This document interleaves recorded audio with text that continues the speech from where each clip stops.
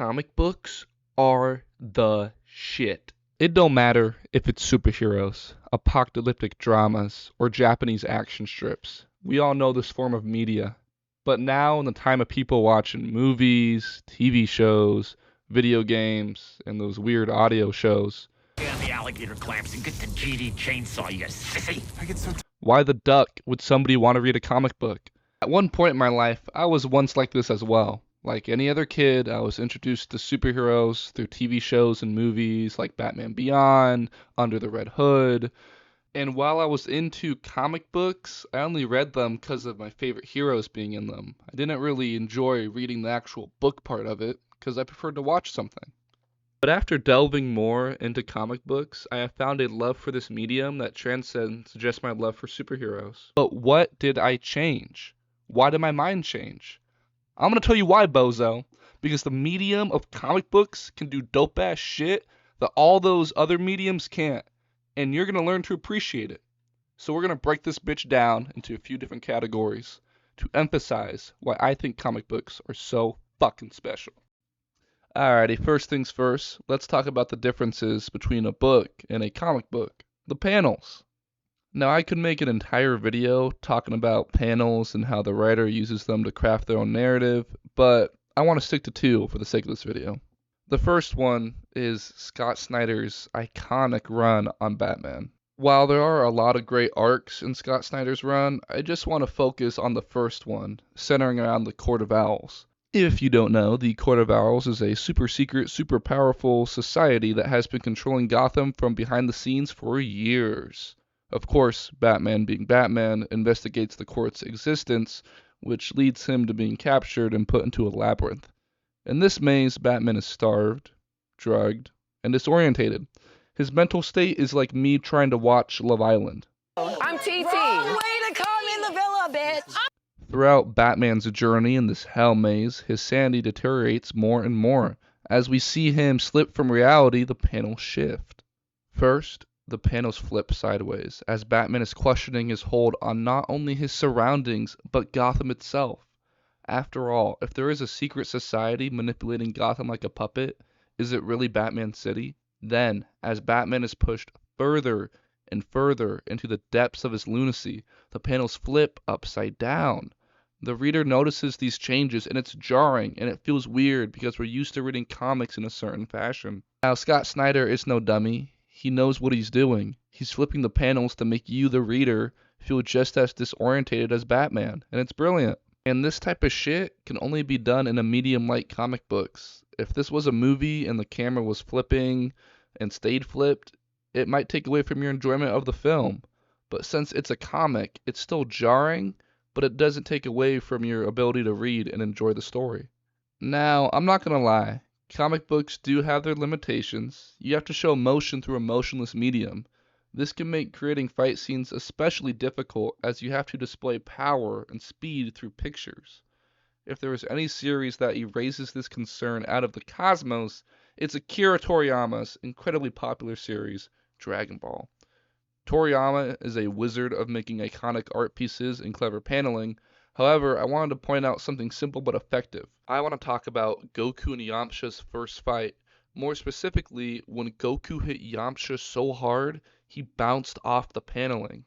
In original Dragon Ball, the series had action elements, but it was much more of a goofy adventure series with a stupidly strong protagonist. So Toriyama wants to show off how strong Goku is to a stupidly comedic effect. So he used the panels, something only a manga or comic has the advantage of. And it's incredibly effective. The reader gets a good laugh, and it displays how strong Goku really is. Something else to consider about comic books is how the reader creates their own pacing. If you would like to bask in the glory of an epic fight, you can take your sweet ass time and admire the art. If you want to quickly skim through some boring exposition, boom, you're done faster than Scooby and Shaggy eating a double cheeseburger. You can read and indulge at your own leisure, making it the perfect avenue for enjoying it at your own pace. This is something you can really only do through the book nature of comic books. Fast forwarding through a TV show might have you missing crucial plot points, and while speed reading might have you lose some information here and there, you can still get the basic points to not miss anything major. Now it's time to talk about my favorite part of comic books: the motherfucking art. Now, yeah, the art can be pretty to look at or funny to laugh at when done poorly, but you can convey so many different emotions and themes when using different art styles and colors, and no comic emphasizes this more than Plastic Man No More. In this story, Plastic Man gets hit by a laser beam that fucks up his powers, causing his body to melt away and break down. But if you know Plastic Man, then you know he's not the most righteous guy. He was a crook in his past life and has problems controlling his greed. He's flawed, and if anyone knows that, it's Plastic Man himself.